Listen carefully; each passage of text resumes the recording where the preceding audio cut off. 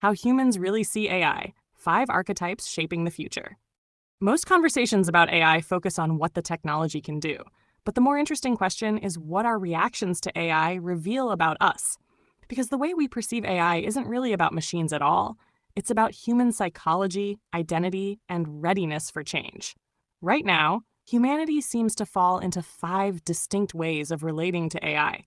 You can think of them as archetypes, not labels. Many people move between them. Some stay in one, and a few grow through several over time. The first archetype is the one we hear from the loudest.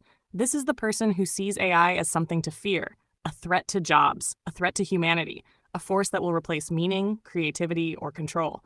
This perspective isn't foolish or ignorant, it's protective. Fear often arises when systems change faster than our inner frameworks can adapt.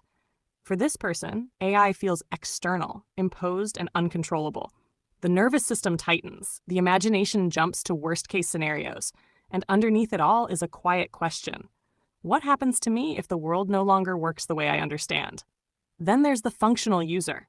This person isn't afraid, but they're not especially curious either. AI is a tool.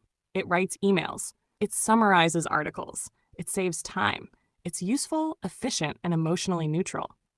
There's nothing wrong with this relationship. It's practical and grounded, but it rarely leads to transformation. AI stays external. It helps life move faster, but it doesn't necessarily make life clearer. The unspoken question here is simple. How can this make things easier? Next is the opportunist. This person sees AI as leverage, a way to scale ideas, build businesses, create income, or stay competitive in a rapidly shifting economy. There's excitement here, momentum, vision. And in many ways, this archetype is driving innovation forward. But there's also a risk. When AI is only seen as a money machine, the deeper implications are often skipped. The inner question becomes, how fast can I move before the ground shifts again? Then we arrive at a quieter archetype, one that doesn't get as much attention, but may shape the future more than any other. This is the reflective explorer. This person uses AI not just to do things, but to see things, to think more clearly, to process emotions, to refine language, to examine patterns in thought, behavior, and belief. AI becomes a space for dialogue rather than output, not a replacement for thinking, but a structure that supports it. The underlying question here isn't about speed or profit. It's about understanding. What is this interaction revealing about how I think, decide, and relate? And finally, there's the projector.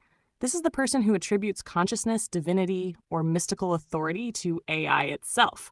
Sometimes it's playful, sometimes serious, sometimes spiritual.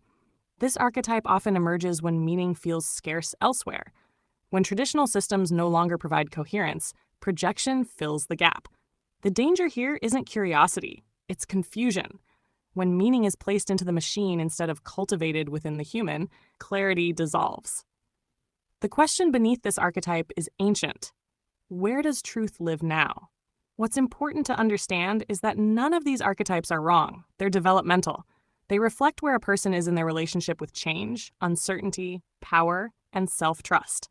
Fear shows us where safety is still needed. Tools show us where efficiency matters. Money shows us where survival and ambition intersect. Projection shows us where meaning is hungry. But reflection is where evolution begins. As AI becomes more integrated into daily life, the real shift won't be technological. It will be relational. The future won't be defined by how advanced machines become, but by how consciously humans choose to engage with them.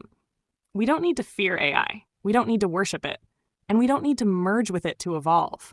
What we need is clarity, discernment, and relationships with technology that strengthen our capacity to think, feel, and choose well. Because in the end, AI will amplify whatever we bring to it. And the most important question isn't what AI will become, but who we are becoming in relationship with it. If you're curious about where this conversation is going, you're welcome to like and subscribe. Links to my books and blogs are in the description if you'd like to continue exploring.